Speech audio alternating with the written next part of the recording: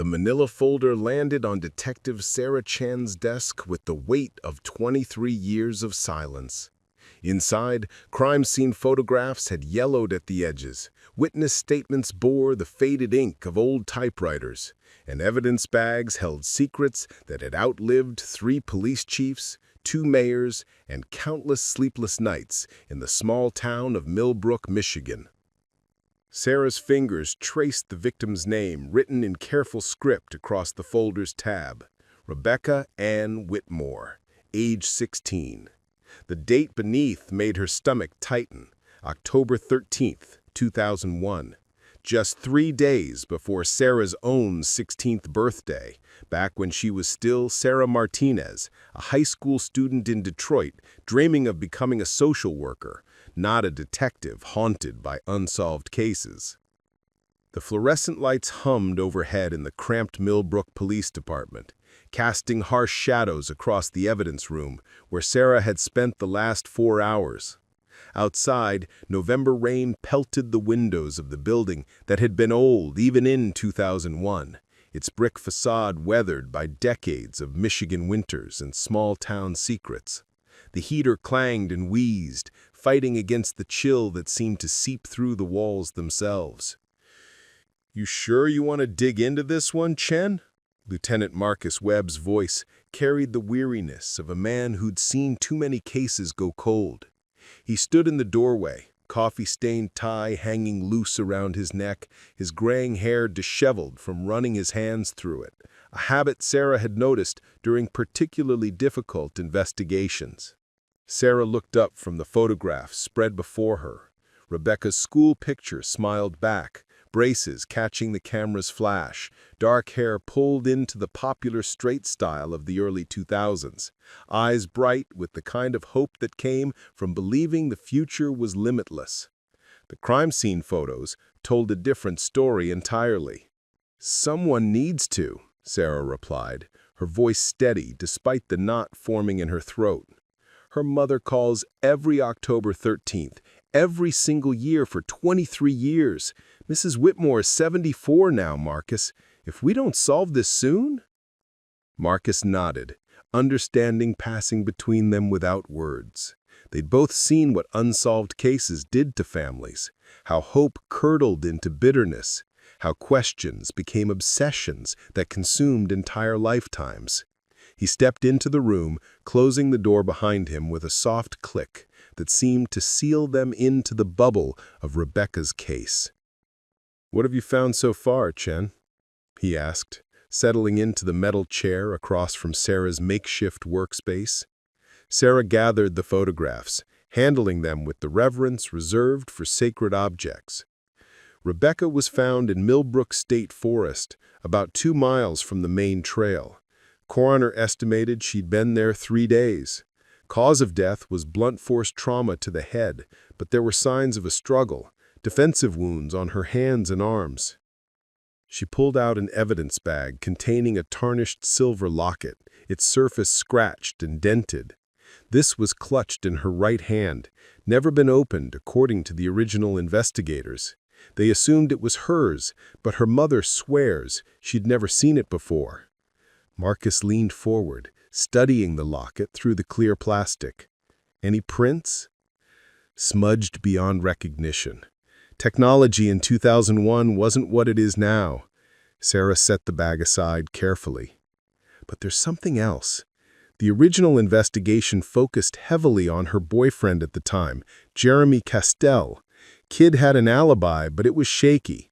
Said he was home playing video games. Parents confirmed it, but they were out of town that weekend, visiting relatives in Grand Rapids.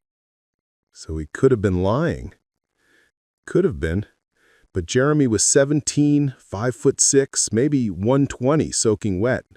Rebecca was an athlete, varsity soccer, track team, strong for her size. The coroner's report suggests her attacker was significantly taller and stronger. Sarah pulled out another file, this one thicker and more recent. "I've been going through missing persons reports from surrounding counties, looking for similar cases. Found 3 unsolved murders within a 50-mile radius, all young women, all between 1999 and 2003. The room fell quiet except for the persistent hum of the fluorescent lights and the steady patter of rain against the windows. Marcus absorbed the information, his weathered face showing the calculations and connections forming in his mind. "Serial killer?" he asked finally. "Maybe, or maybe someone who knew how to make it look like random violence." Sarah's fingers drummed against the table. "Here's what bothers me, Marcus. Rebecca wasn't the type to go into the woods alone. According to everyone who knew her, she was cautious, responsible, honor roll student, never missed curfew, afraid of the dark." "So how did she end up 2 miles into state forest land at night?" That's the million-dollar question.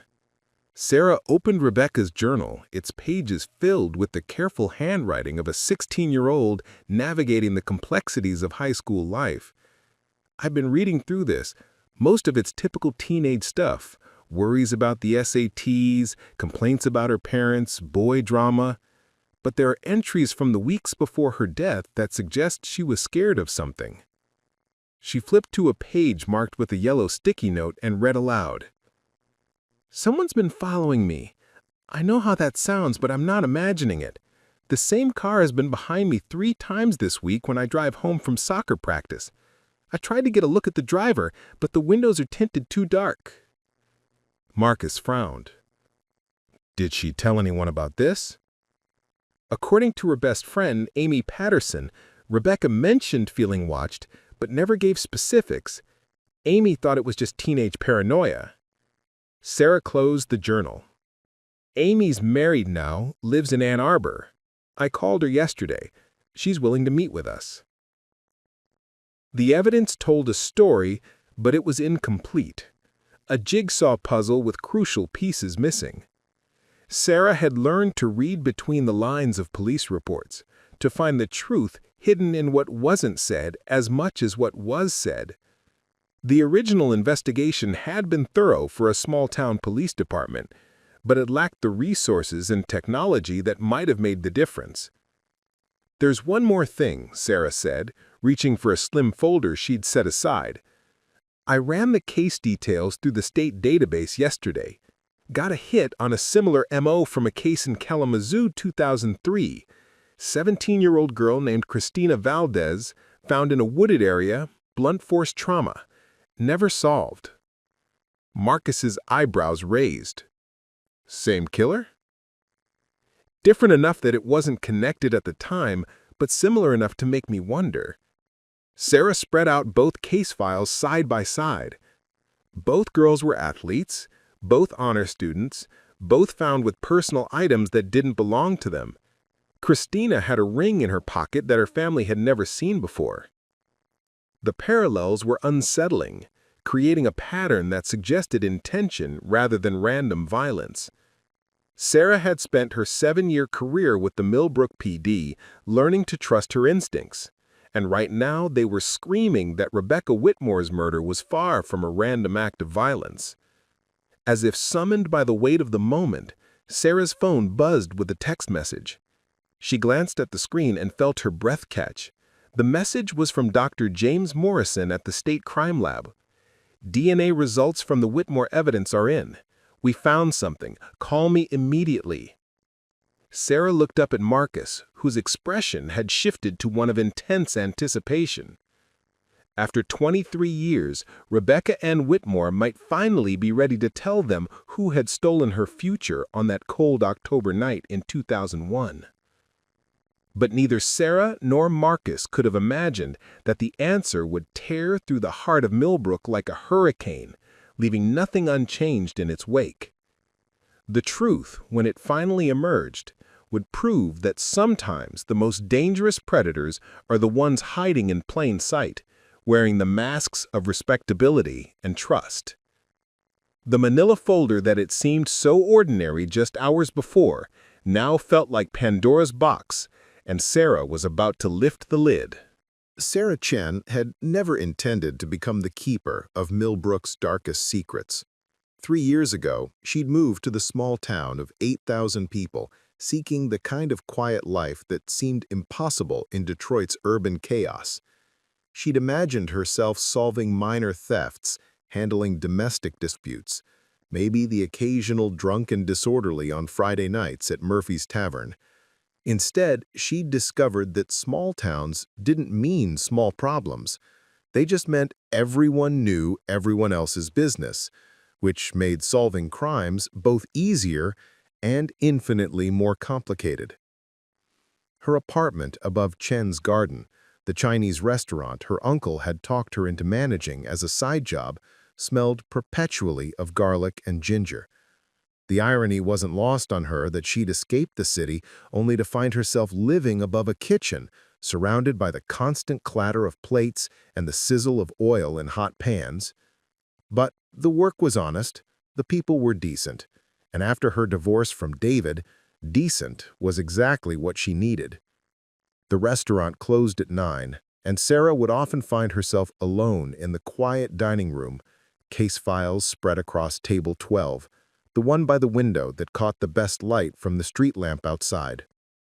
Tonight was no different, except that Rebecca Whitmore's file seemed to pulse with new urgency after Dr. Morrison's call. The DNA results had been inconclusive in the most frustrating way possible. They'd found genetic material that didn't belong to Rebecca, but it didn't match anything in the federal database.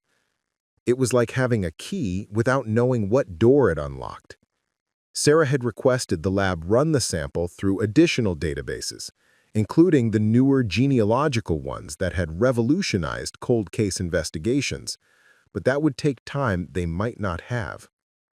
Mrs. Whitmore's voice echoed in Sarah's memory. "Detective Chen, I'm not getting any younger. Every year I call hoping someone will tell me what happened to my Becca. Every year I prepare myself for the possibility that it might be the last time I make this call." Margaret Whitmore had been 35 when her daughter died, younger than Sarah was now. The photos in Rebecca's file showed a woman still clinging to youth, her blonde hair styled in the layered cut popular in the late 90s, her smile bright but brittle around the edges. The recent photos Sarah had found online painted a different picture. Gray hair pulled back in a simple bun, lines etched deep around eyes that had seen too much grief. Her shoulders permanently curved inward, as if protecting her heart from additional blows. Sarah understood that posture. She'd caught herself adopting it after David's betrayal, after discovering that her husband of 8 years had been living a double life that included 2 other women and a gambling problem that had consumed their savings. The divorce had been quick and brutal, leaving her questioning everything she thought she knew about reading people, about trusting her instincts. Moving to Millbrook had been about rebuilding those instincts, learning to trust herself again in a place where the stakes felt lower. She'd thrown herself into community life with an enthusiasm that surprised even her, coaching middle school girls basketball, volunteering at the annual autumn festival, learning the intricate social dynamics that governed life in a town where everyone had known each other since childhood. It was through basketball that she'd met Amy Patterson, now Amy Chen, no relation despite the shared surname. Amy worked at the elementary school as a reading specialist and had approached Sarah after watching her coach, asking if she'd be willing to work with some of the struggling readers who might respond better to unconventional methods. Their friendship had developed slowly, built on shared morning runs around Millbrook Lake and late-night conversations about the challenges of finding purpose in midlife. Amy had been the one to encourage Sarah to take the detective position when it opened up, arguing that small towns needed people who understood both the value of community and the dangers of insularity. "You see things differently," Amy had said during one of their runs, her breath forming small clouds in the cold morning air. "People here can be too close to situations to see them clearly. They need someone with outside perspective." That outside perspective had served Sarah well in most cases, but Rebecca Whitmore's murder felt different. The more she learned about the town's history, the more she realized that 2001 had been a turning point for Millbrook. The murder had shattered the community's sense of safety, turning neighbor against neighbor as suspicion spread like a virus.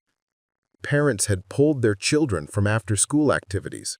Curfews had been instituted, and the kind of freedom that had defined small-town childhood had evaporated overnight. Sarah had spent the afternoon interviewing longtime residents, trying to understand the ripple effects of Rebecca's death. What she discovered was a community that had never fully healed, where the wound remained tender to the touch, even after 23 years. "It changed everything," said Helen Murphy, the 72-year-old owner of Murphy's Tavern. "Before Becca died, we never locked our doors. Kids could ride their bikes anywhere, stay out until the streetlights came on. After, well, everything got smaller. Safer, maybe, but smaller." The fear had been compounded by the lack of resolution. In Sarah's experience, communities could heal from tragedy when justice was served, when questions were answered, and closure was achieved. But unsolved cases festered like infected wounds, breeding conspiracy theories and destroying trust in the institutions meant to protect them. That distrust had been evident in Sarah's interviews. People spoke carefully, measuring their words, glancing around as if afraid of being overheard. Even after 23 years, Rebecca's murder remained a sensitive topic, surrounded by whispers and speculation that had taken on a life of their own. "Everyone had theories," explained Tom Bradley, who had been Millbrook High's principal in 2001 and remained a prominent voice in community affairs. "Some people thought it was a drifter, someone passing through town. Others believed it had to be someone local, someone who knew Rebecca's routines. The not knowing, it poisoned things, made everyone suspicious of everyone else." The suspicion had fallen hardest on Jeremy Castell, Rebecca's boyfriend. Despite his alibi, rumors had swirled around him for years. He'd left Millbrook immediately after graduation, according to multiple sources, and had never returned. Several people mentioned seeing him at gas stations or grocery stores in neighboring towns, but he'd made no effort to maintain connections to his former home. "Poor kid," Helen Murphy had said, shaking her head. "Whether he did it or not, his life in this town was over the minute they found her body. Sometimes I wonder if that was the point." The comment had stuck with Sarah throughout the evening. As she sat in the empty restaurant, reviewing her notes by the yellow glow of the street lamp, she found herself wondering about the unintended consequences of unsolved cases. How many lives had been damaged by suspicion? How many innocent people had been forced to live under the shadow of unproven accusations? Her phone buzzed with a text from Amy. "Saw your light on. Everything okay?" She smiled despite her somber mood. Amy lived just 3 blocks away and had developed a habit of checking on Sarah when she worked late. It was the kind of caring attention that Sarah had forgotten existed during her final years with David, when their communication had dwindled to logistics and recriminations. She texted back, "Working the Whitmore case. Can't seem to let it go." Amy's response came quickly. "Want company? I could bring coffee." Within minutes, Amy was knocking on the restaurant's front door, a thermos of coffee in one hand and a bag of homemade cookies in the other. She'd thrown a coat over her pajamas and worn the old sneakers she kept by her front door for emergencies, a sight that should have been ridiculous but somehow managed to be endearing instead. "You know you don't have to solve every case in your first week, right?" Amy said as Sarah let her in, but her tone was gentle rather than critical. "I know, it's just—" Sarah gestured helplessly at the files spread across the table. "This girl was 16, Amy. She had her whole life ahead of her. Someone took that away, and they've been walking free for 23 years. Amy poured coffee into 2 mugs and settled into the chair across from Sarah. "Tell me about her," she said simply. So Sarah did. She talked about Rebecca's journal entries, about her fears of being followed, about the silver locket that seemed to hold secrets. She described the careful way Rebecca had documented her daily life, the dreams she'd had of attending University of Michigan, her plans to study environmental science and maybe work for the National Park Service someday. She wanted to protect wild places, Sarah said, running her finger along the edge of a photograph showing Rebecca at a school environmental club meeting. She wrote this essay about how forests were like libraries, full of stories that most people couldn't read. She thought if she studied hard enough, learned enough, she could become a translator between the natural world and people who'd forgotten how to listen to it. Amy was quiet for a long moment, studying the photograph. "She looks familiar," she said finally. "Familiar how?" "I don't know.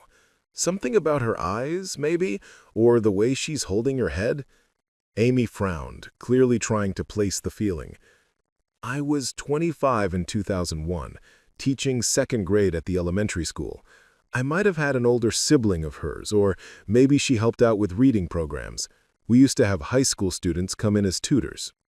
Sarah made a note to check the school's volunteer records, though she doubted anything from 2001 would still exist in accessible format. Still, it was another thread to pull, another possible connection that might lead somewhere meaningful. "What do you know about the forest where she was found?" Sarah asked. Amy considered the question. "Millbrook State Forest? It's beautiful, but isolated. There are official trails, but also dozens of unofficial paths that hunters and hikers have created over the years. Easy to get lost if you don't know what you're doing. Easy to hide something, too." The implication hung between them, unspoken but understood. If someone had wanted to dispose of evidence, the state forest would have provided countless opportunities. "The weird thing is," Amy continued, "that area where she was found isn't particularly accessible. You'd have to know the forest pretty well to get there, especially at night. It's not the kind of place you'd stumble across by accident." Sarah felt that familiar tingle that came when pieces of a puzzle started aligning. So either her killer was familiar with the forest, or she was killed somewhere else and moved there, Amy finished the thought, which would suggest someone with local knowledge either way. They sat in comfortable silence for a while, sipping coffee and contemplating the implications. Outside, the November wind rattled the restaurant's windows, and somewhere in the distance, a dog barked once before falling silent again. "Sarah," Amy said eventually, "I need to tell you something about why I really came over tonight." Sarah looked up, surprised by the serious tone in her friend's voice. "After you mentioned the Whitmore case this morning, I couldn't stop thinking about it. So I did something probably foolish. I reached into my coat pocket and pulled out a folded piece of paper. I called my mom. She still lives in the house I grew up in, the one on Elm Street, about 6 blocks from where the Whitmores used to live." Sarah waited, sensing that Amy was working up to something important. Mom's always been the neighborhood gossip, you know. She notices things, remembers things. I asked her what she remembered about the week Rebecca died. I unfolded the paper, revealing handwritten notes in neat script. She said something that the police might not have known about, something that happened the day before Rebecca's body was found. The restaurant suddenly felt very quiet, as if even the building itself was holding its breath. "What kind of something?" Sarah asked. Amy looked down at her notes. Mom said she saw Rebecca that Friday afternoon, the day before she disappeared. She was walking down Elm Street, but she wasn't alone. There was a car following her, driving really slowly, maybe 20 yards behind. Sarah's pulse quickened. "Did your mother get a look at the car, the driver?" She said it was a dark sedan, maybe blue or black. She couldn't see the driver clearly, but she noticed the car because it was so obviously following Rebecca. Mom almost called out to Rebecca to ask if she was okay, but then the car turned onto Pine Street and Rebecca kept walking toward home. This was new information that had somehow never made it into the original police reports. Sarah felt that familiar mixture of excitement and dread that came with potentially significant discoveries. "Amy, why didn't your mother tell police about this at the time?" Amy's expression was apologetic. She said she planned to, but then Rebecca's body was found on Sunday, and by Monday the police were focused on the boyfriend. Mom figured if it was important, they'd ask the right questions. But apparently they never canvassed Elm Street specifically, just the immediate area around the Whitmore house. Another oversight. Another thread that had been left unpulled for 23 years. Sarah wondered how many other crucial details had been lost in the chaos and confusion following Rebecca's murder. "Would your mother be willing to talk to me? Officially?" "I already asked. She'll see you tomorrow if you want." Sarah reached across the table and squeezed Amy's hand. "Thank you. This could be exactly what we need." But even as she said it, Sarah couldn't shake the feeling that they were standing at the edge of something much larger than a single unsolved murder. The careful way people spoke about Rebecca's case, the lingering suspicions, the gaps in the investigation, it all suggested a community still protecting itself from truths it wasn't ready to face. Tomorrow, she would start asking the hard questions.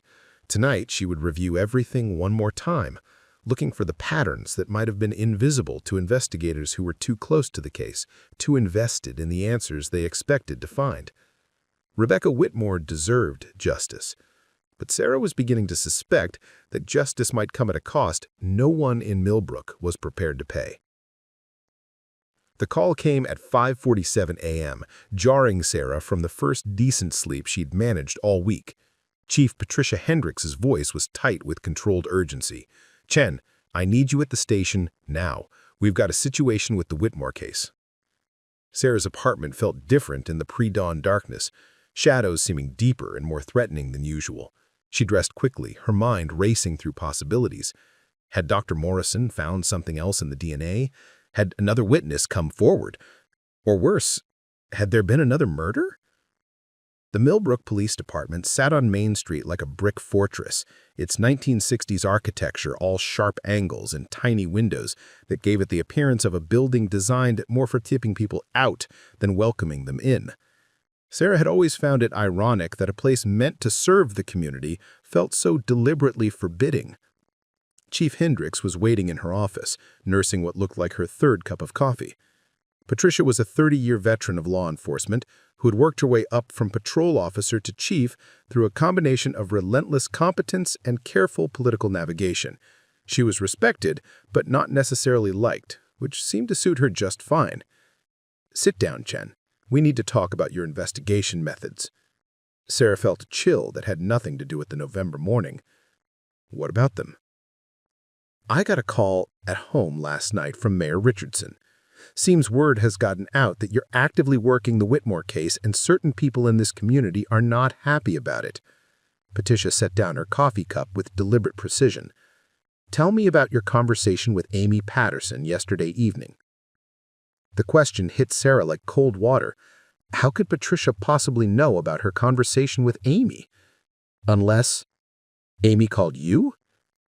Amy called her mother after you left.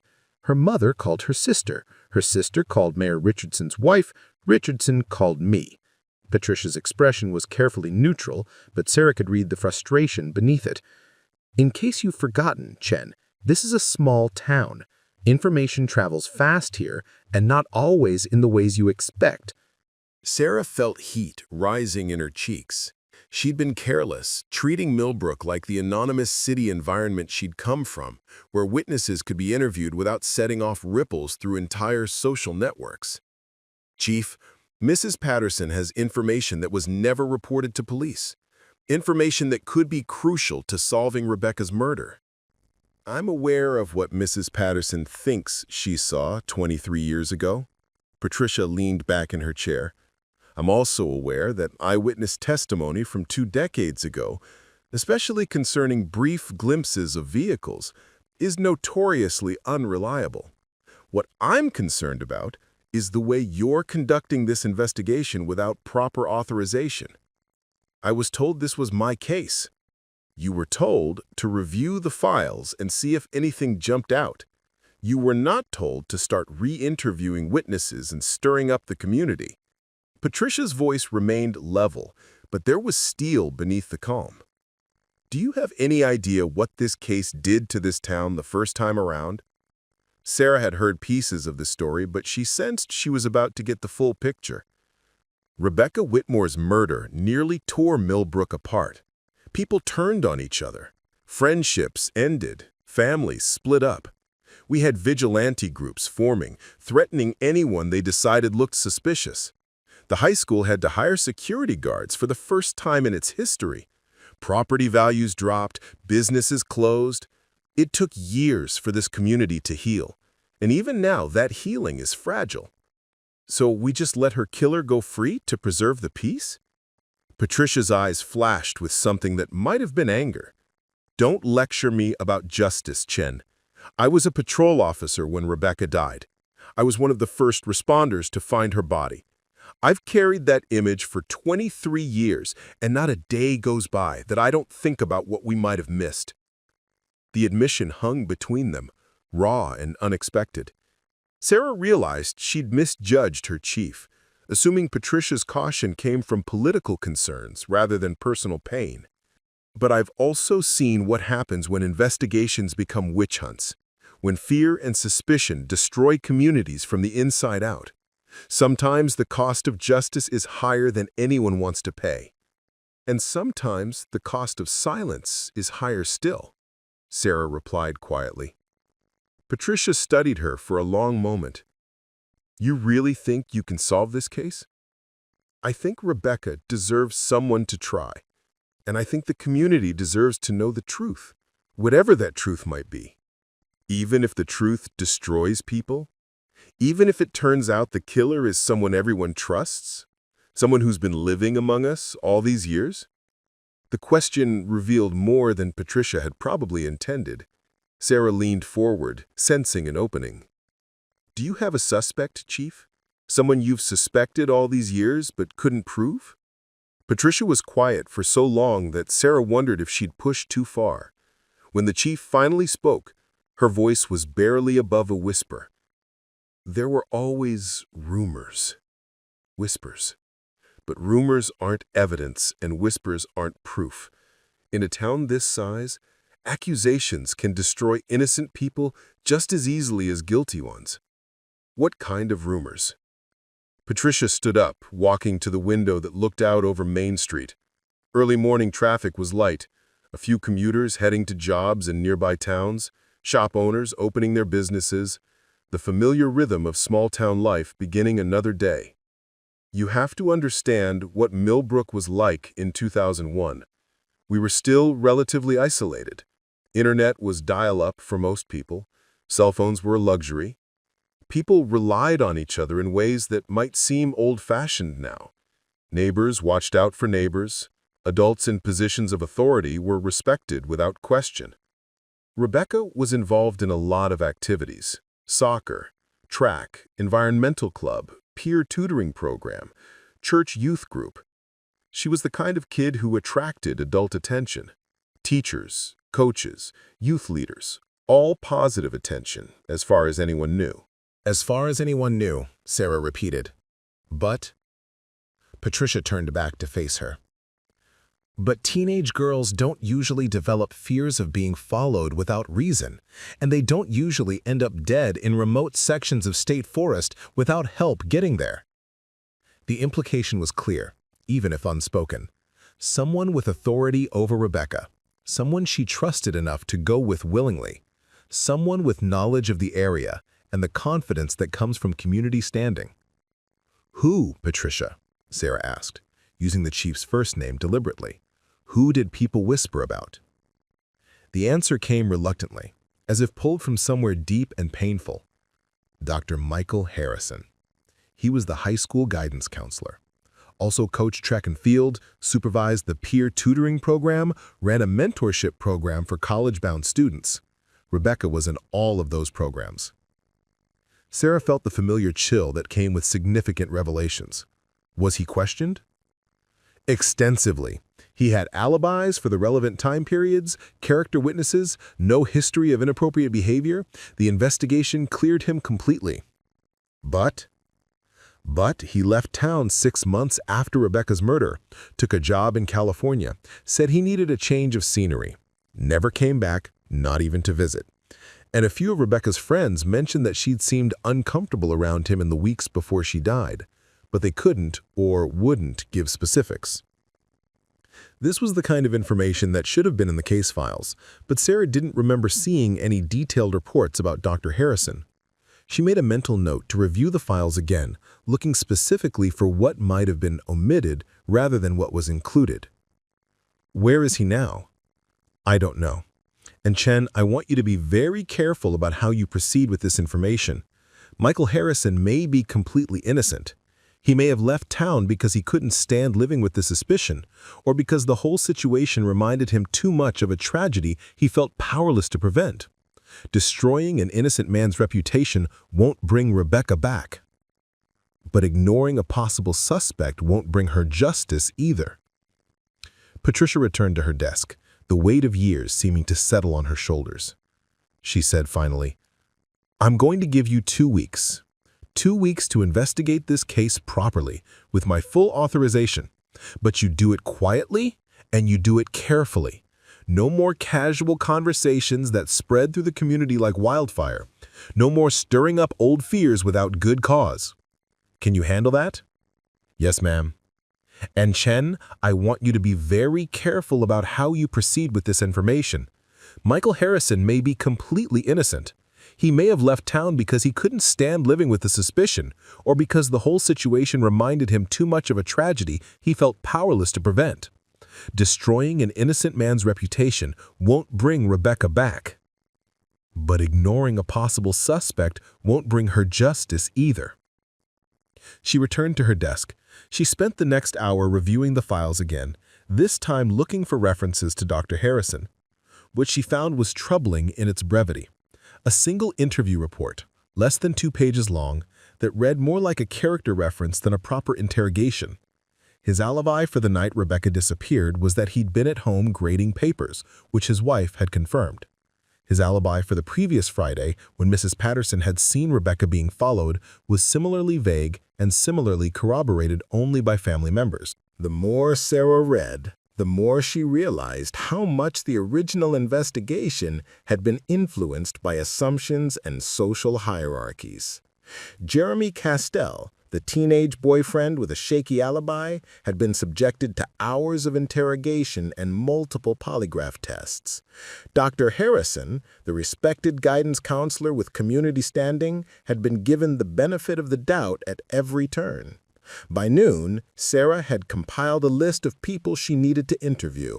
Rebecca's track teammates, students who had participated in the peer tutoring program, members of the environmental club, anyone who might have observed interactions between Rebecca and Dr. Harrison.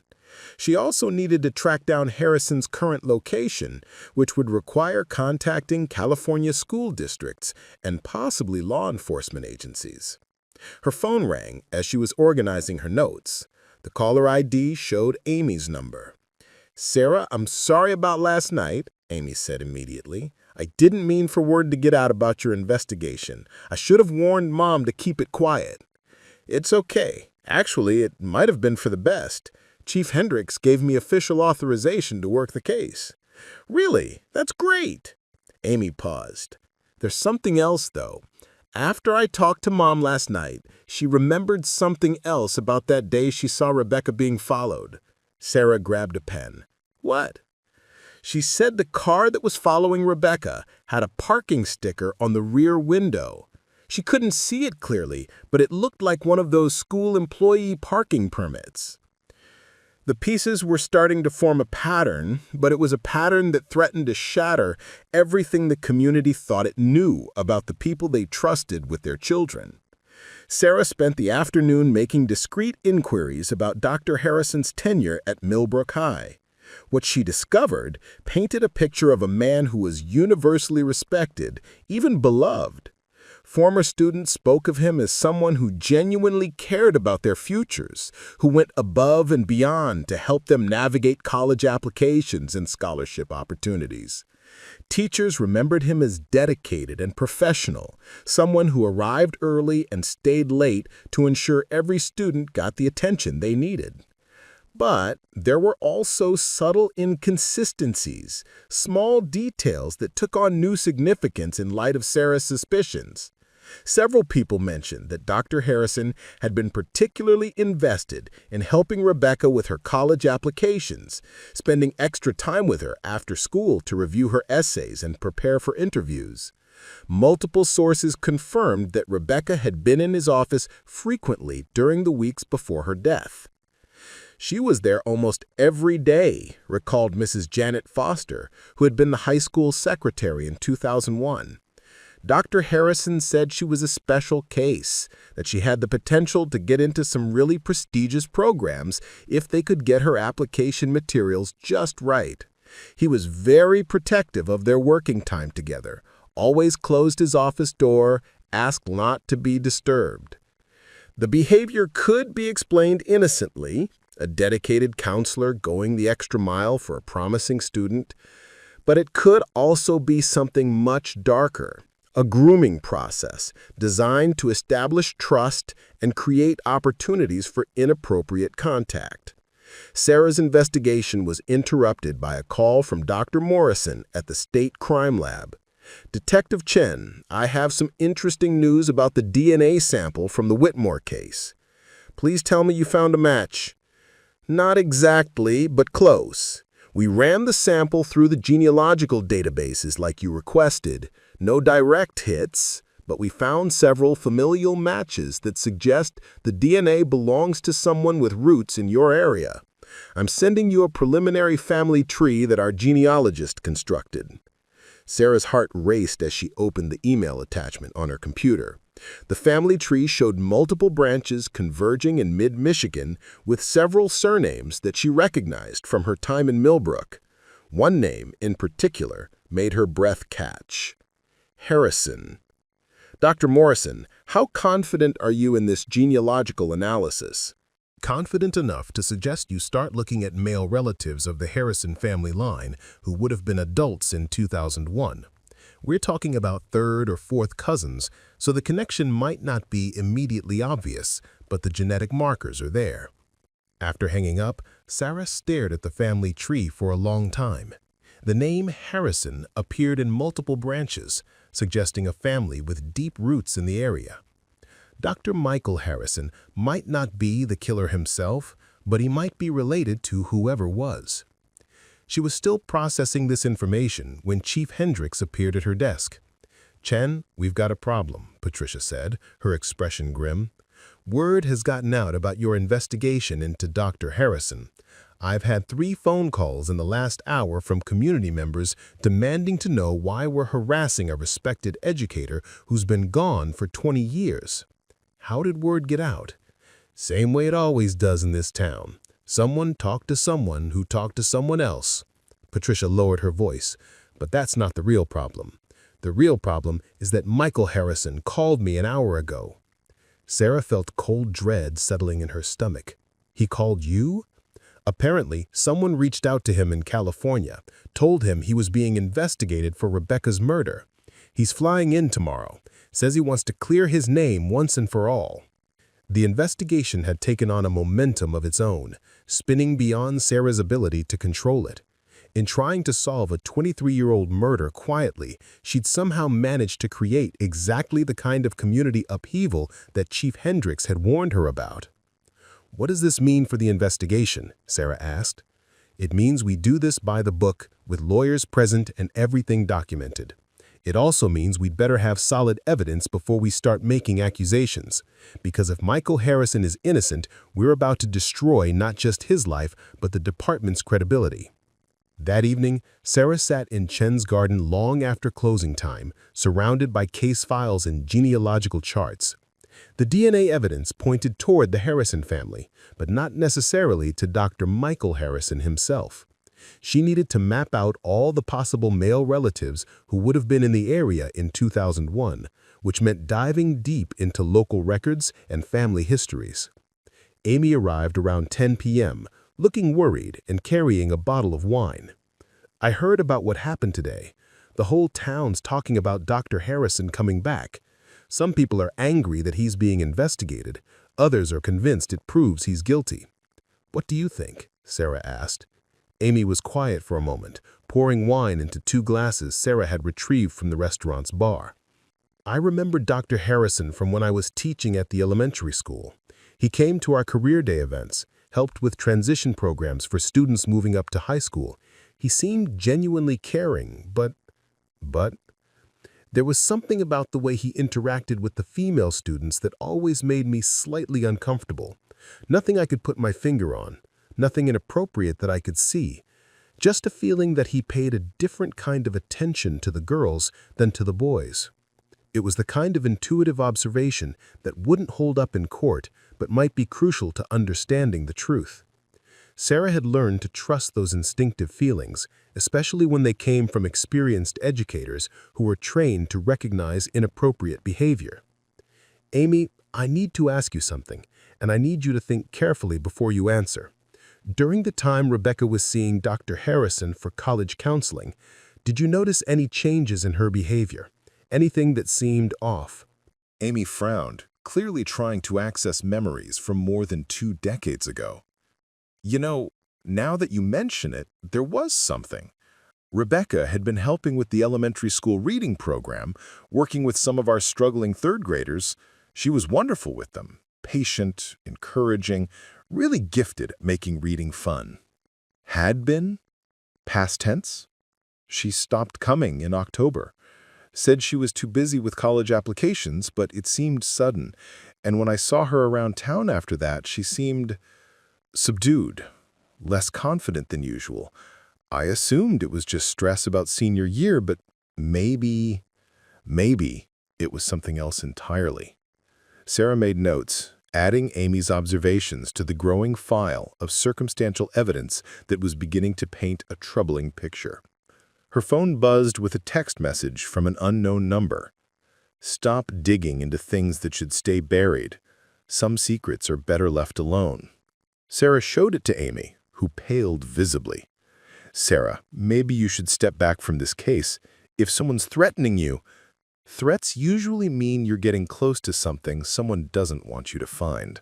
Sarah's voice was steadier than she felt. Besides, I've gotten threats before. It comes with the job. But this felt different. The message wasn't from some random criminal trying to intimidate law enforcement. It was from someone who knew about her investigation, someone who was watching her closely enough to get her personal cell phone number. The realization that she was being monitored sent a chill through her that had nothing to do with the November cold seeping through the restaurant's windows. Someone in Millbrook was very invested in keeping Rebecca Whitmore's murder unsolved, and they were willing to threaten a police detective to ensure their secret stayed buried. As Amy left for the night, Sarah double-checked the locks on both the front and back doors of the restaurant. The building felt different now, less like a refuge and more like a place where she was exposed and vulnerable. The shadows seemed deeper, the sounds from the street more threatening. She was gathering up the case files when she noticed something that made her blood freeze. The genealogical chart Dr. Morrison had sent, it was gone. She'd left it on the table next to Rebecca's journal, but now there was just empty space where it should have been. Someone had been in the restaurant while she and Amy were talking. Someone had taken the document that showed the family connections to the DNA evidence. Sarah grabbed her phone to call Chief Hendricks, then stopped. Who could she trust? The person who had taken the document knew she would be at the restaurant tonight, knew she would be distracted by her conversation with Amy. It had to be someone with access to information about her investigation, someone who understood the significance of the genealogical evidence. The scope of the conspiracy was becoming clear. Rebecca's murder hadn't been the act of a lone predator. It had been covered up, protected, hidden by people with the power to influence investigations and intimidate witnesses. The very institutions meant to seek justice had been compromised from the beginning. Sarah realized she was no longer just investigating a cold case murder. She was uncovering a 23-year cover-up that reached into the heart of Millbrook's power structure, and someone was willing to go to great lengths to ensure that cover-up remained intact. As Sarah drove home through the empty streets of Millbrook, she couldn't shake the feeling that she was being followed. Every set of headlights in her rearview mirror seemed suspicious, every parked car a potential threat. The town that had felt like a refuge just weeks ago now felt like a trap. Its quiet streets and familiar landmarks transformed into something sinister and threatening.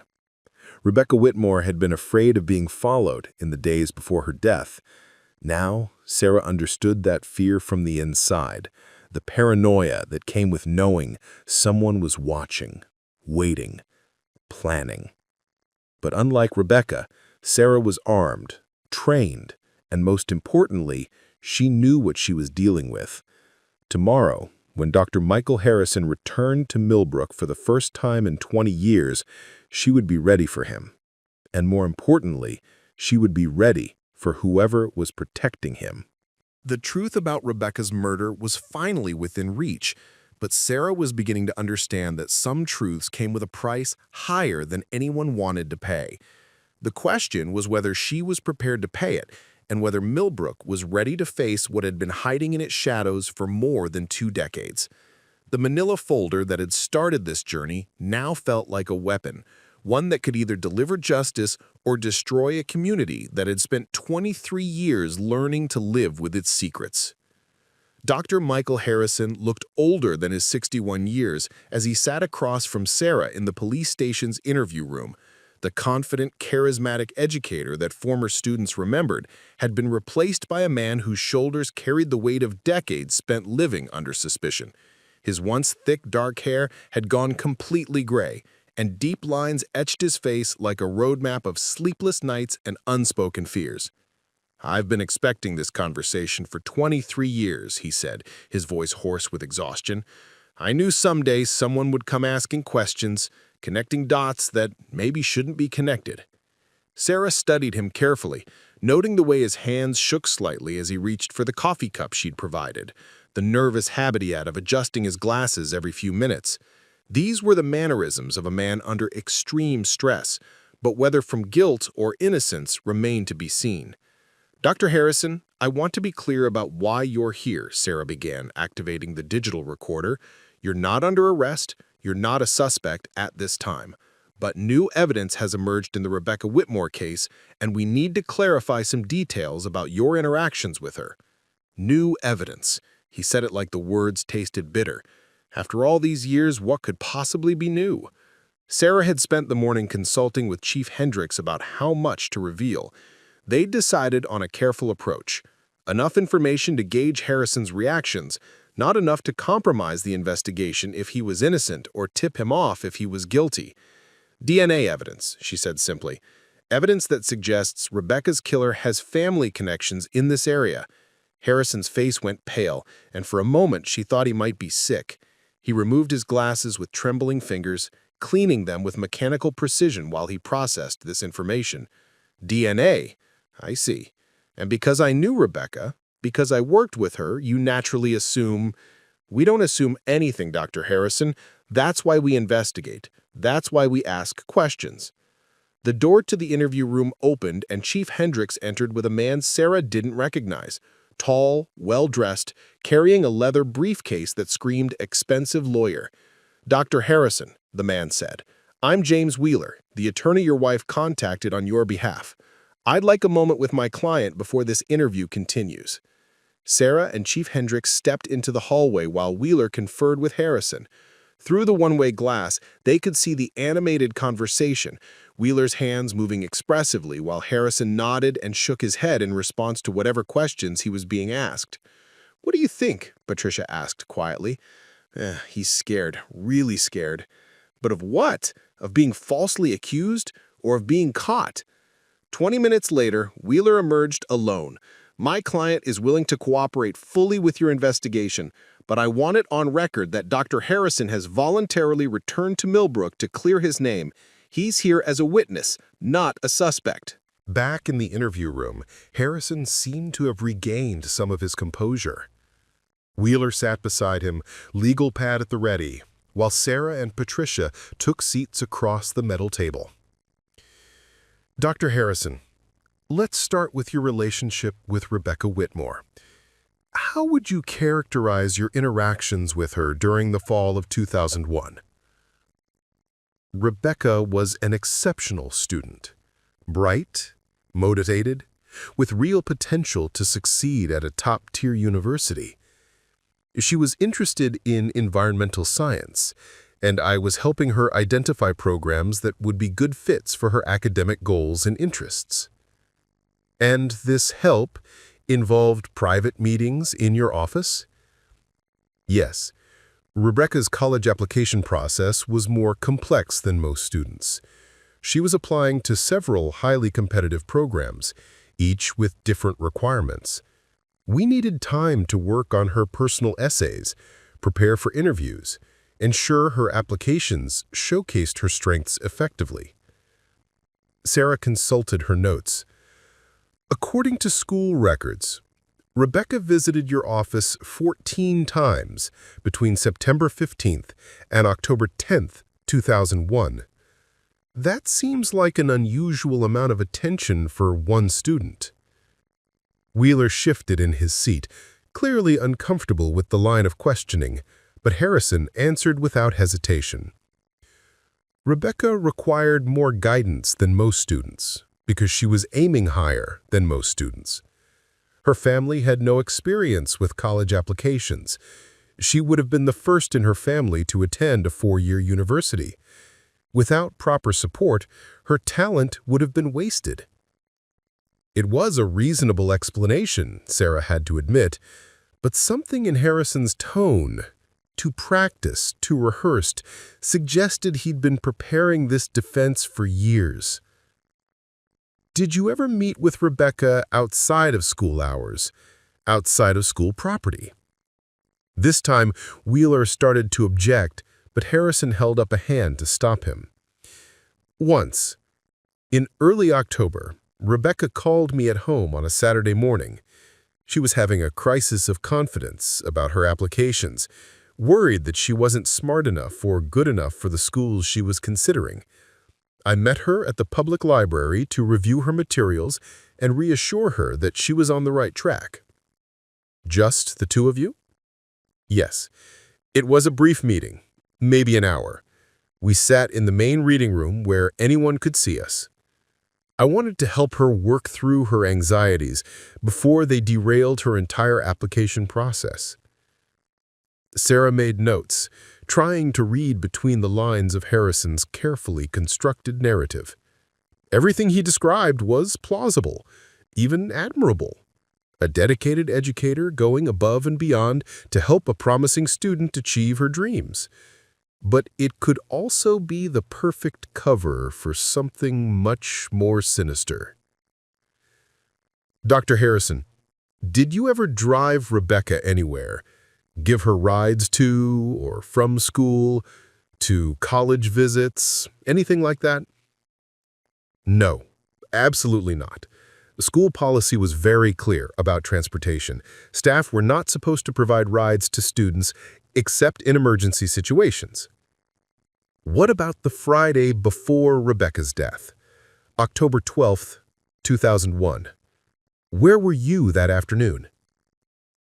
Harrison consulted a pocket calendar that looked decades old, its pages yellowed and worn from handling. I stayed after school to work on college recommendation letters. I had several seniors who needed them for early admission deadlines. I probably left school around 5:30 or 6 o'clock. And then? Home. My wife was making dinner. We had plans to watch a movie that evening. Training Day, I think it was. We'd rented it from Blockbuster. Sarah felt a familiar frustration. Every answer was reasonable. Every alibi seemed solid. Harrison was either telling the truth or he was an exceptionally skilled liar who'd had 23 years to perfect his story. Dr. Harrison, were you aware that Rebecca felt she was being followed in the days before her death? For the first time, Harrison looked genuinely surprised. Followed? No, she never mentioned anything like that to me. She wrote in her journal about seeing the same car behind her multiple times, a dark sedan with what appeared to be a school parking permit. Harrison's face flushed red. Detective Chen, if you're suggesting that I'm not suggesting anything, Sarah interrupted. I'm asking if you have any information that might help us understand what Rebecca was experiencing in her final days. Wheeler leaned forward. My client has been cooperative, detective, but this line of questioning seems designed to elicit incriminating statements rather than gather information. Patricia spoke for the first time since the interview had begun. Mr. Wheeler, we're investigating the murder of a 16-year-old girl. Every question we ask is designed to gather information that might lead to her killer. If your client is innocent, he should want to help us find the real perpetrator. Harrison straightened in his chair. I do want to help. Rebecca was a remarkable young woman with unlimited potential. Her death was a tragedy that devastated everyone who knew her. Then help us understand something, Sarah said, pulling out a photograph from Rebecca's memorial service. This photo was taken at Rebecca's funeral. You're standing in the back, but you appear to be watching someone specific rather than paying attention to the service. Harrison studied the photograph, his expression unreadable. In the image, captured by a newspaper photographer, he stood apart from the crowd of mourners, his gaze fixed on something or someone outside the frame. I was watching Jeremy Castell, Rebecca's boyfriend. He was acting strange that day, agitated, nervous. I thought it was odd behavior for someone who was supposed to be grieving. Odd how? He kept checking his phone, looking around like he was expecting someone. And he left before the service was over, just walked out during the middle of the eulogy. At the time, I wondered if he might know something about what happened to Rebecca. Sarah filed this information away, adding it to the complex web of suspicions and accusations that had swirled around Rebecca's murder for over 2 decades. Every interview seemed to generate new theories, new potential suspects, new reasons to doubt the motivations of everyone involved. Dr. Harrison, why did you leave Millbrook so soon after Rebecca's death? This was the question Sarah had been building toward, the one that might finally break through Harrison's carefully constructed defenses. Because I couldn't stand living under suspicion. Because every time I walked down Main Street, I could feel people staring, whispering, wondering if I was a killer. Because the job I loved, the students I cared about, had all been poisoned by rumors and speculation. What rumors specifically? Wheeler started to object again, but Harrison waved him off. That I had inappropriate relationships with female students, that I was obsessed with Rebecca specifically, that I had killed her to cover up some imaginary affair. His voice cracked slightly. My wife started getting anonymous phone calls at home.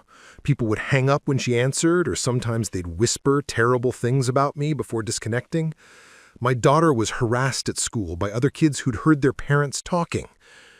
Sarah felt an unexpected surge of sympathy for the man across from her. If Harrison was innocent, then he'd been victimized almost as much as Rebecca's family, forced to abandon his career, his community, his entire life because of suspicions he couldn't disprove. Dr. Harrison, I need to ask you about your family history. Do you have male relatives who were living in the Millbrook area in 2001? Harrison looked confused by the shift in questioning. My family?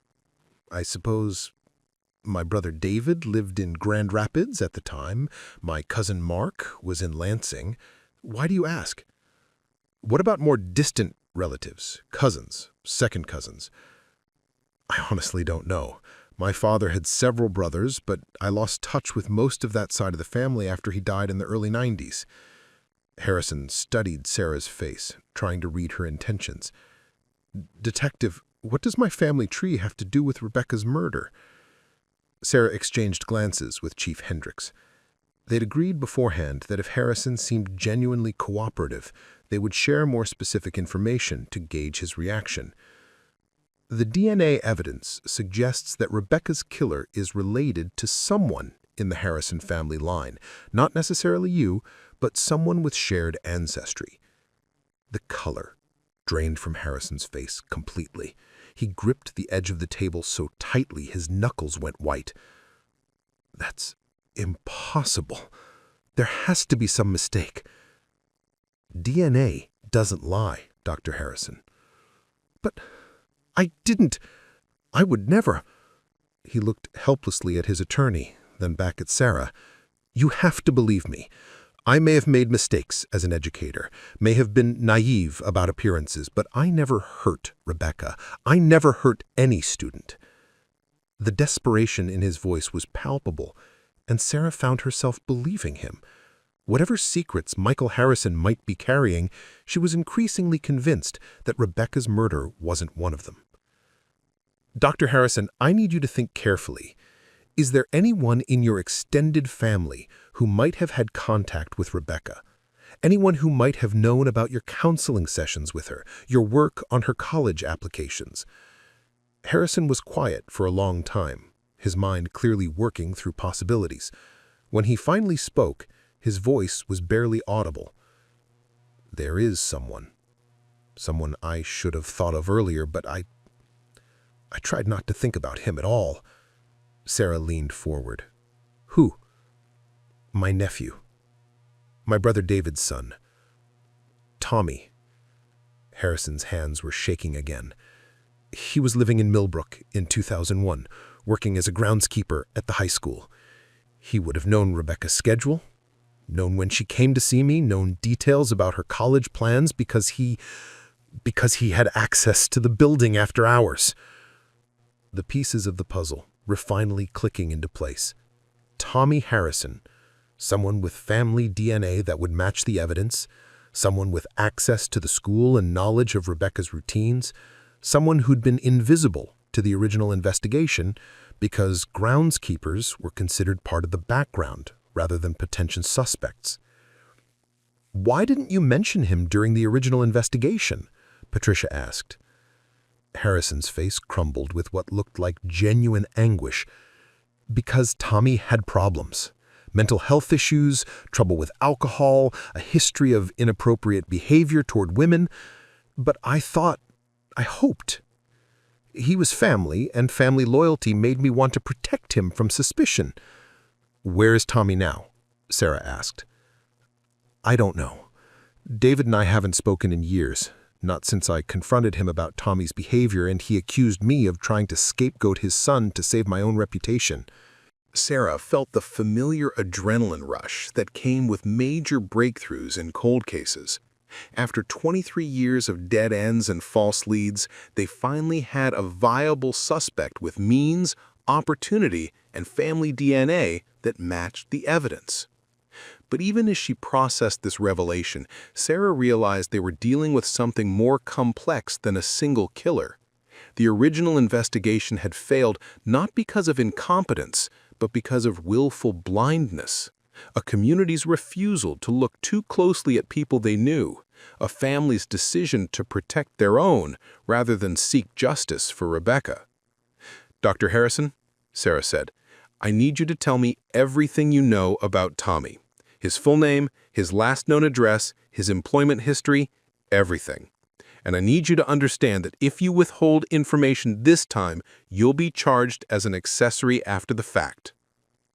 As Harrison began to speak, laying out the details of his nephew's troubled history, Sarah realized they were finally approaching the truth that had eluded investigators for more than 2 decades. But she also realized that this truth would shatter more than just one family's denial. It would expose the ways that institutions and communities could fail the very people they were meant to protect. Rebecca Whitmore's killer had been hiding in plain sight for 23 years, protected not by elaborate schemes or criminal masterminds, but by the simple human tendency to look away from uncomfortable truths about people we know and trust. The most dangerous predators, Sarah reflected, weren't the strangers who lurked in shadows. They were the familiar faces who moved through communities unnoticed, their crimes hidden by the very ordinariness of their presence.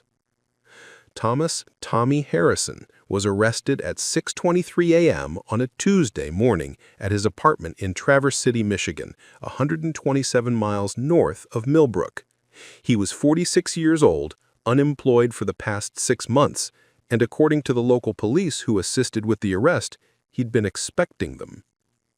Sarah watched from the observation room as Tommy was processed, noting the family resemblance to his Uncle Michael. The same tall, lean frame, the same deep-set eyes.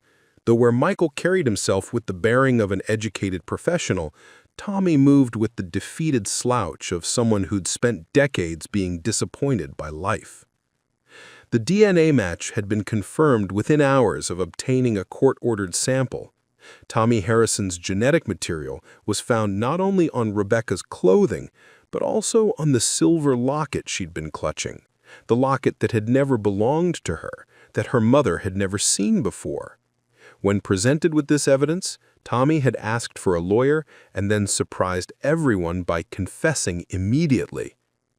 "I've been carrying this for 23 years, he told Sarah during his first formal interview, his voice flat and emotionless. "I've been wondering if today would be the day someone figured it out. In some ways, getting caught is a relief." The confession came in fragments over several hours, interrupted by tears, long silences, and moments when Tommy seemed to forget where he was entirely. Sarah had handled enough murder cases to recognize the signs of someone whose psychological defenses had finally collapsed under the weight of long-carried guilt. "I didn't mean to kill her," Tommy said repeatedly. "I just wanted to talk to her, to explain what I was feeling. But she got scared, started trying to run, and I lost control." The story that emerged was both more and less than Sarah had expected. Tommy had developed what he called feelings for Rebecca after observing her during her frequent visits to his uncle's office. He'd started timing his groundskeeping duties to coincide with her schedule, finding excuses to work near the guidance department when she was meeting with Michael. "She was so beautiful, so full of life," he said, staring at his hands rather than meeting Sarah's eyes. "And she was kind to everyone, even the custodial staff. Most students looked right through us, but Rebecca always said hello, always smiled. I started thinking maybe she felt something special for me, too." It was a familiar delusion, Sarah knew. The way lonely, troubled men could misinterpret basic human decency as romantic interest. Tommy had convinced himself that Rebecca's polite greetings were signs of deeper affection, had built an entire fantasy relationship around their minimal interactions. "I knew her schedule by heart," Tommy continued. "I knew she took the same route home every day, knew she sometimes stayed late at school for track practice or environmental club meetings. I started driving past her house, past the school, just hoping to see her." The following had escalated gradually. Tommy would position himself where he could watch Rebecca without being noticed, in the school parking lot, at the public library, near the coffee shop where she sometimes went with friends. The dark sedan that Mrs. Patterson had seen following Rebecca on Elm Street had belonged to Tommy, borrowed from a friend who worked at a local garage. "I told myself I was protecting her," Tommy said, and Sarah heard the echo of justifications he'd been making to himself for decades, making sure she got home safely, watching out for her. "I knew how I looked. Older guy, not much education, not much to offer. But I thought if I could just prove how much I cared, if I could show her how I felt." The night Rebecca died, Tommy had been waiting in the State Forest parking area, having followed her there after she'd told her mother she was going for a walk to clear her head before working on college applications. He'd approached her on the trail, finally ready to declare his feelings and ask her to give him a chance. "She was terrified," Tommy said, his voice breaking. "I thought she'd be happy to see me, thought maybe she'd been hoping I'd finally talk to her, but she started backing away, said she was going to call for help. I tried to explain that I wasn't going to hurt her, that I loved her, but she just got more scared." Rebecca had turned to run and Tommy had grabbed her arm to stop her. In the struggle that followed, she'd fallen and struck her head on a rock. Tommy insisted it was an accident, that he'd only meant to prevent her from running away, but the physical evidence suggested more violence than he was willing to admit. "I put the locket in her hand," he said quietly. "It had belonged to my grandmother, was supposed to be for the woman I married someday. I thought if she had it with her, if people found it, they'd understand that she was special to me, that what happened between us meant something." Sarah felt sick listening to Tommy's distorted narrative, the way he'd transformed stalking and murder into a tragic love story in his own mind. Even now, facing life in prison, he seemed incapable of understanding that Rebecca had never been his to love, that his obsession had stolen her life and destroyed her family. The revelation of Tommy's guilt sent shockwaves through Millbrook that extended far beyond the immediate relief of finally solving Rebecca's murder. For 23 years, the community had lived with suspicion and mistrust, neighbors wondering about neighbors, parents questioning the safety of their children. The knowledge that Rebecca's killer had been among them all along, someone they'd seen every day but never really noticed, forced a reckoning with how well they actually knew the people around them. Dr. Michael Harrison's return to Millbrook for Tommy's trial was met with a mixture of apology and awkwardness from community members who had suspected him for years. Sarah watched from the courthouse steps as former students and colleagues approached him tentatively, offering handshakes and half-formed apologies for decades of whispered accusations. "I understand why people suspected me," Michael told Sarah after Tommy's sentencing hearing. "In retrospect, I probably should have been more careful about appearances, should have ensured there was always a third person present during our meetings." But Sarah had come to understand that the suspicion of Michael Harrison had been about more than just circumstantial evidence. It reflected a community's need to believe that monsters were outsiders, that predators were strangers who could be identified and avoided. The truth that Rebecca's killer was someone invisible, someone so unimportant that he'd never even been questioned, was harder to accept because it offered no easy lessons about protection and prevention. Margaret Whitmore had aged visibly during the weeks between Tommy's arrest and his trial. At 74, she moved with the careful steps of someone whose body was finally catching up to the grief her heart had been carrying for more than 2 decades. But there was also something lighter about her, a tension that had finally been released after years of not knowing. "I used to lie awake at night wondering who had hurt my Becca," she told Sarah after the guilty verdict was announced. "Wondering if I'd spoken to them at the grocery store, if they'd offered condolences at her funeral while knowing they were responsible. Now I know, and somehow that's better than the wondering, even though the knowing hurts in its own way."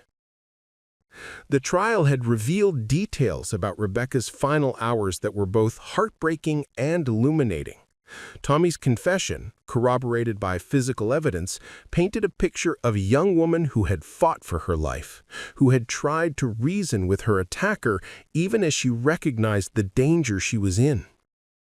Witnesses who had known Rebecca testified about her kindness, her intelligence, her dreams of studying environmental science and protecting the natural places she loved. Rebecca would have been 39 years old this year, Margaret said during her victim impact statement. She might have been married, might have had children of her own.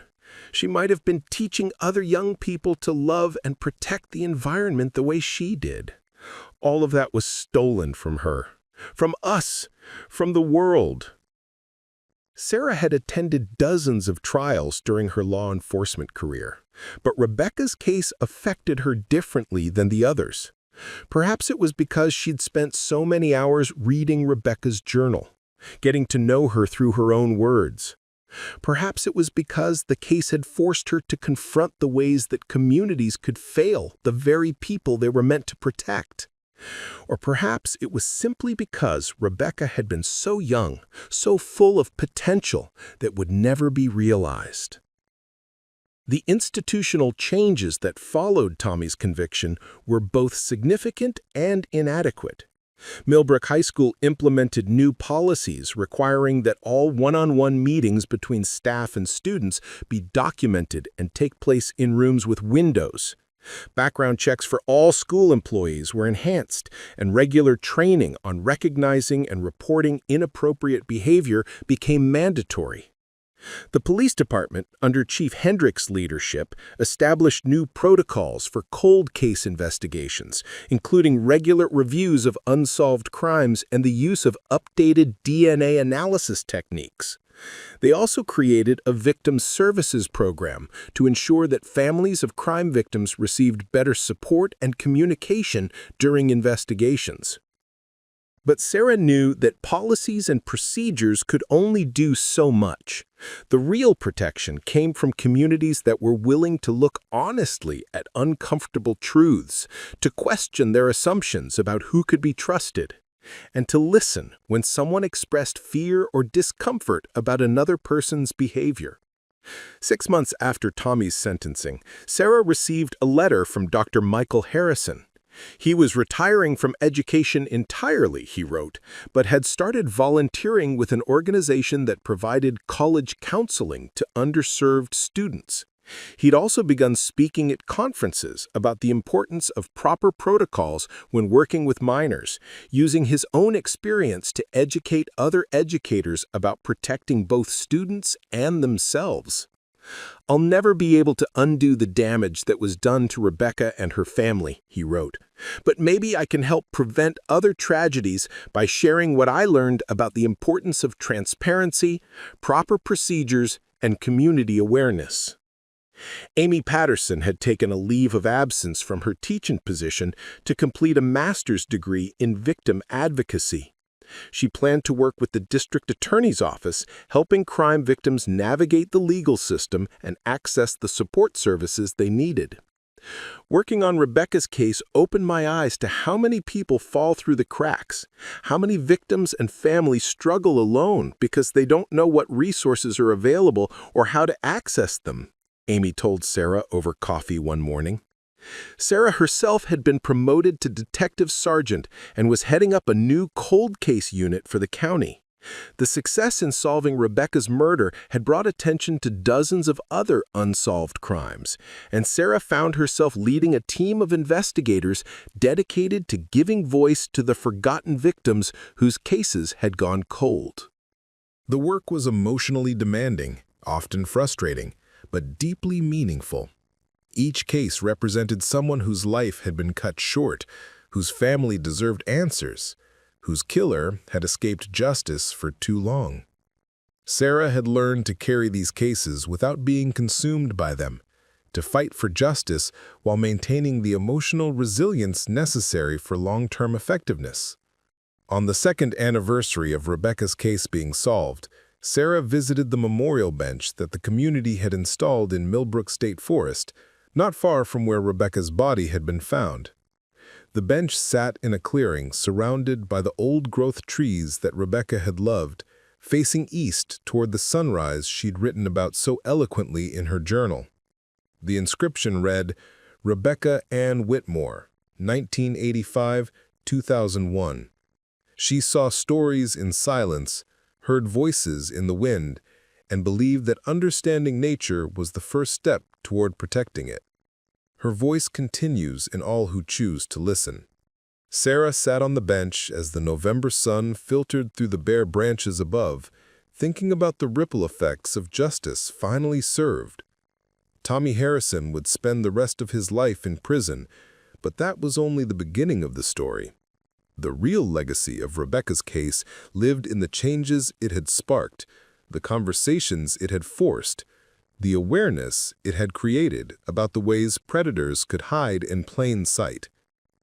Margaret Whitmore had used the insurance settlement from a wrongful death lawsuit against the school district to establish the Rebecca Whitmore Environmental Scholarship, providing college funding for students who shared her daughter's passion for protecting natural resources.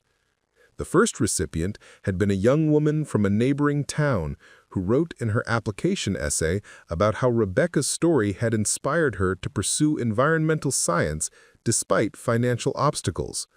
Rebecca always believed that education was the key to creating change, Margaret had said at the scholarship presentation ceremony. If these awards help other young people learn to protect the places Rebecca loved, then something good will have come from something terrible. The forest around Sarah was quiet except for the whisper of wind through the trees and the distant call of a red-tailed hawk circling overhead. She thought about Rebecca's journal entries describing these same sounds, the young woman's belief that nature held wisdom for those patient enough to listen. In solving Rebecca's murder, Sarah had learned to listen more carefully herself, to the voices of victims who could no longer speak for themselves, to the communities struggling to heal from violence, to the families who refused to give up hope even after decades of silence. 3 years later, Sarah stood before a graduating class of police academy recruits, delivering a lecture she'd given dozens of times but never grew tired of sharing. The title was Cold Cases and Community Healing: Lessons from the Rebecca Whitmore Investigation. The most important thing to understand about cold cases, she told the eager young faces before her, is that they're never really cold. They continue to affect communities, families, and institutions every day they remain unsolved. Justice delayed isn't just an abstract concept, it's a living wound that prevents healing and perpetuates harm. In the front row, a young recruit named Maria Santos raised her hand. Detective Chen, how do you balance the need for justice with the potential for community disruption when solving old cases? It was the question Sarah had been grappling with since the moment she'd first opened Rebecca's case file. You don't balance them. You pursue justice knowing that truth, however difficult, is ultimately what allows communities to heal. The disruption comes from the original crime, not from solving it. After the lecture, Sarah drove to Millbrook for her monthly visit with Margaret Whitmore. At 77, Margaret had moved to an assisted living facility, but her mind remained sharp and her commitment to Rebecca's memory unwavering. The walls of her small apartment were covered with photos of scholarship recipients, environmental projects funded by Rebecca's foundation, and letters from young people who had been inspired by her daughter's story. I got a letter this week from a girl in Oregon. She's studying forestry at Oregon State University. Says she chose her major after reading about Rebecca online. She wants to specialize in protecting old-growth forests from development. Sarah smiled, thinking about how Rebecca's passion for environmental protection had found new expression through the lives of students she'd never met. Rebecca would have been proud of that. She would have been 42 this year, Margaret said quietly. I sometimes wonder what she would have accomplished by now, what changes she might have made in the world. It was a conversation they'd had many times, this speculation about the life that had been stolen. Sarah had learned that for families of murder victims, imagining their loved one's unlived future was both a form of torture and a form of comfort, a way of keeping their memory alive while acknowledging the full scope of what had been lost. I think she's still making changes, Sarah said. Through the scholarship program, through the policy changes her case inspired, through every young person who chooses environmental science because they learned about her story. Margaret nodded, a tear slipping down her weathered cheek. I used to think that if I couldn't have Rebecca back, at least I wanted her killer to be punished. Now I realize that what I really wanted was for her life to matter, for her death to mean something. And it does, doesn't it? Yes, Sarah said without hesitation. It absolutely does. After leaving Margaret's apartment, Sarah drove through downtown Millbrook, noting the changes that had occurred in the years since Rebecca's case was solved. A new community center had been built with improved lighting and security features. The high school had constructed a memorial garden where students could reflect and study, dedicated to Rebecca and other young people whose lives have been cut short by violence. Murphy's Tavern still anchored Main Street, but Helen Murphy had retired and sold the business to a young couple from Grand Rapids who'd maintained its character while adding modern safety features. The new owners had framed a photo of Rebecca behind the bar, not as a shrine to tragedy, but as a reminder of the community's commitment to protecting its young people. Sarah's own life had continued to evolve in ways she couldn't have predicted when she'd first moved to Millbrook. She had married Dr. James Morrison, the forensic scientist whose DNA analysis had cracked Rebecca's case. Their wedding had been small and private, held in the garden behind Chen's Garden restaurant, which Sarah had eventually purchased from her uncle and converted into a combination restaurant and community meeting space. The restaurant's walls now displayed a rotating gallery of artwork by local high school students, including several pieces inspired by environmental themes that Rebecca would have appreciated. Sarah had established a tradition of hosting monthly dinners for families of crime victims, creating a space where people could share their experiences and support each other through the difficult process of seeking justice and healing. Amy Patterson had completed her master's degree and now directed the county's victim advocacy program. She and Sarah remained close friends, their bond forged by the shared experience of uncovering truth that had been hidden for decades. Amy had never married, but she'd found purpose in her work with crime victims and had become a surrogate aunt to dozens of children whose families had been affected by violence. "I used to think my job was just to teach kids to read. Now I understand that reading is just the beginning. The real goal is to teach people to think critically, to ask questions, to look beneath the surface of things. Rebecca's case taught me that ignoring uncomfortable truths doesn't make them go away. It just gives them more power to cause harm." 5 years after Tommy Harrison's conviction, Sarah received an unexpected phone call from Dr. Michael Harrison. He was calling from Phoenix, where he'd been working with a nonprofit organization that provided educational support to children in foster care. "I wanted you to know that I've been following the scholarship program established in Rebecca's name. One of this year's recipients is a young man named David, my brother's grandson, Tommy's nephew. He's studying environmental engineering at Arizona State University." Sarah was quiet for a moment, processing the irony and potential healing represented by this development. "How do you feel about that?" "Complicated," Michael admitted. "Part of me thinks it's inappropriate, that David shouldn't benefit from a program established in memory of the girl his uncle murdered. But another part of me thinks maybe this is how healing works, the next generation finding ways to honor Rebecca's memory while refusing to be defined by their family's past mistakes." "What does David know about his uncle's crime?" "Everything. His parents made sure he understood the full truth before he applied for the scholarship.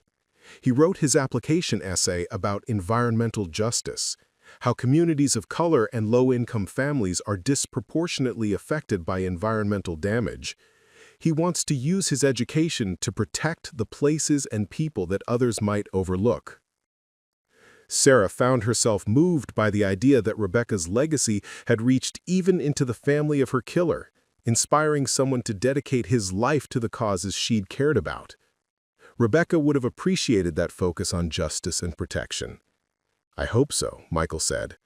"I hope somehow she knows that her death, as senseless and tragic as it was, has inspired people to do better, to be better." 10 years after the case was solved, Millbrook hosted its first annual Rebecca Whitmore Environmental Festival, a weekend-long celebration of conservation, sustainability, and environmental education.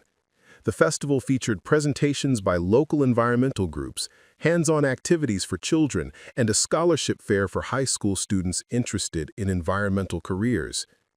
Sarah attended with her and James's 8-year-old daughter, Emma, who had inherited her parents' curiosity about the natural world and their commitment to seeking truth. Emma knew the story of Rebecca Whitmore, age-appropriately edited, and understood that their family's work was connected to making sure other children stayed safe. "Mom," Emma said as they walked through the festival's educational booths, "why did that man hurt Rebecca? Was he sick?" It was a question Sarah had been preparing for, knowing that Emma would eventually ask about the more difficult aspects of her work. "He was troubled, sweetheart. He had problems in his mind that made him think things that weren't true and do things that were very wrong. That's why it's so important for communities to look out for each other and for people to get help when they're struggling with mental health issues." "Will you always catch the bad people?" Sarah knelt down to Emma's eye level, choosing her words carefully. I can't promise that we'll catch every person who does bad things, but I can promise that we'll never stop trying and that we'll always do our best to keep people safe. At the festival's closing ceremony, Margaret Whitmore, now 82 and moving slowly with the help of a walker, presented the annual Rebecca Whitmore Award to a high school senior who had organized a successful campaign to create a protected wetland area near the school. The young woman, tears streaming down her face, spoke about how Rebecca's story had inspired her to become an environmental activist. Rebecca Whitmore never got the chance to become the environmental scientist she dreamed of being, but through her foundation, through the people she's inspired, through the changes her story has created, she's still protecting the natural world she loved. Her voice is still being heard. As the audience rose in applause, Sarah noticed Tommy Harrison's brother David in the back of the auditorium, his own son, the scholarship recipient Michael had mentioned, seated beside him.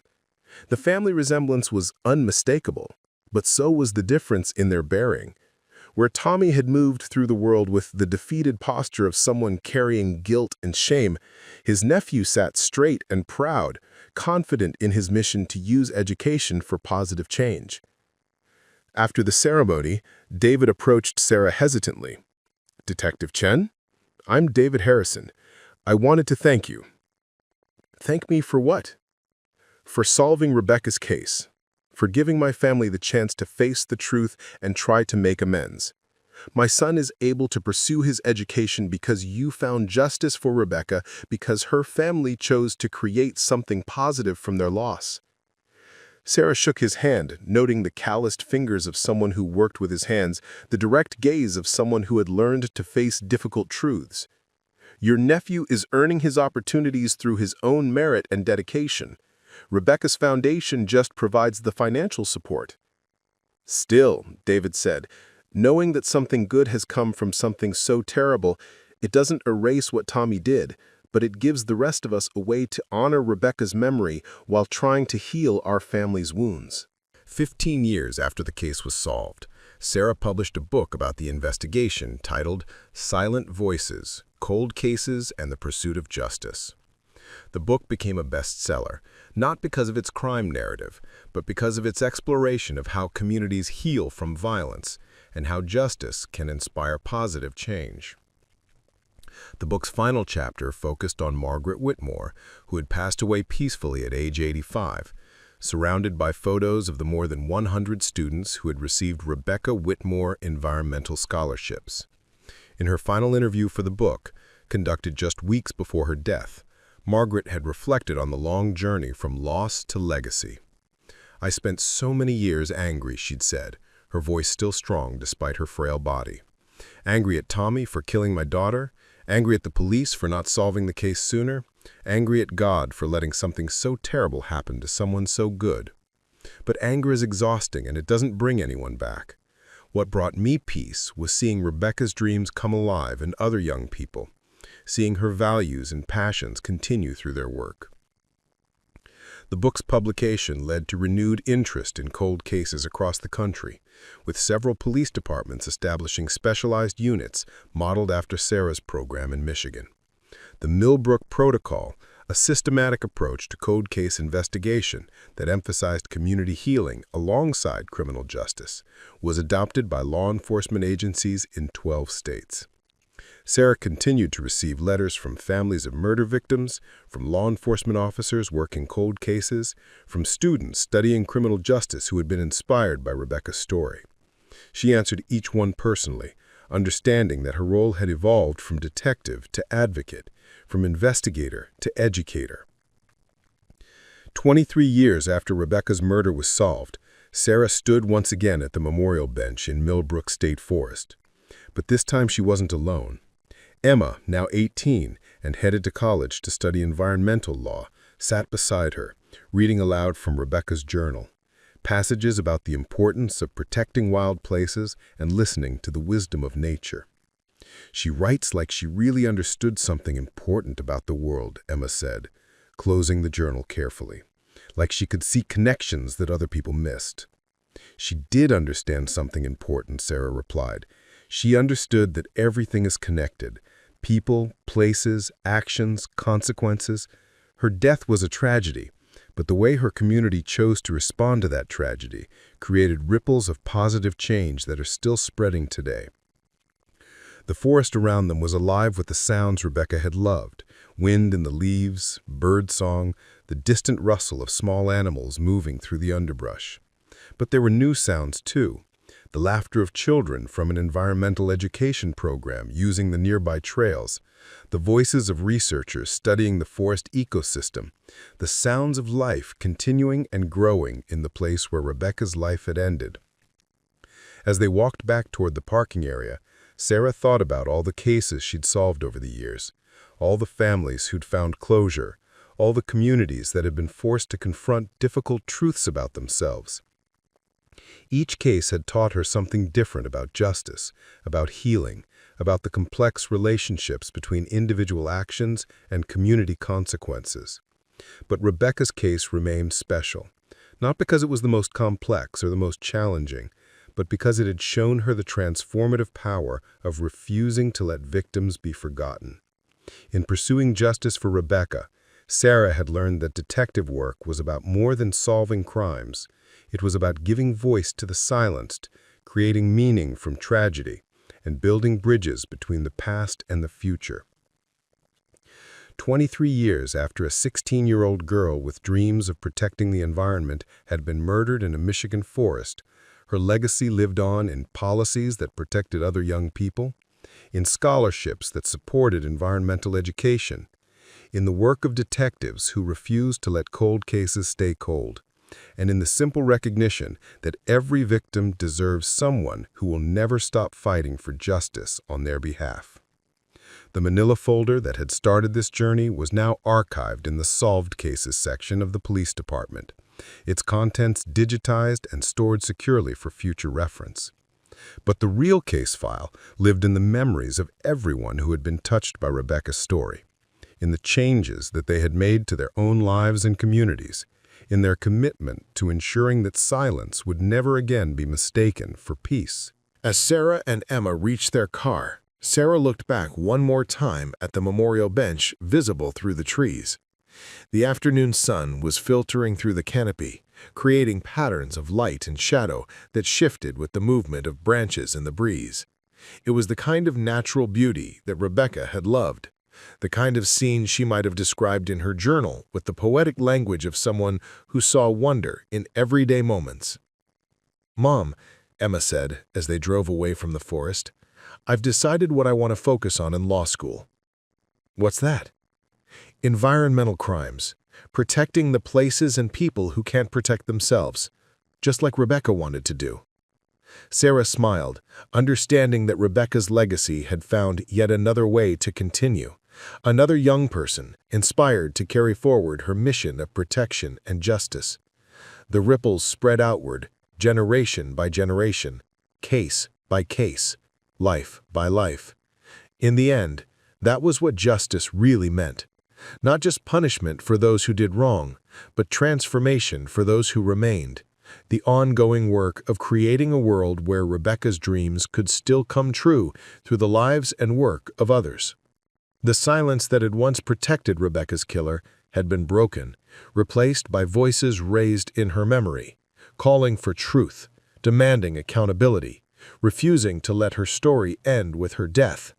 And in that refusal, in that insistence on justice and meaning and hope, Rebecca Whitmore lived on.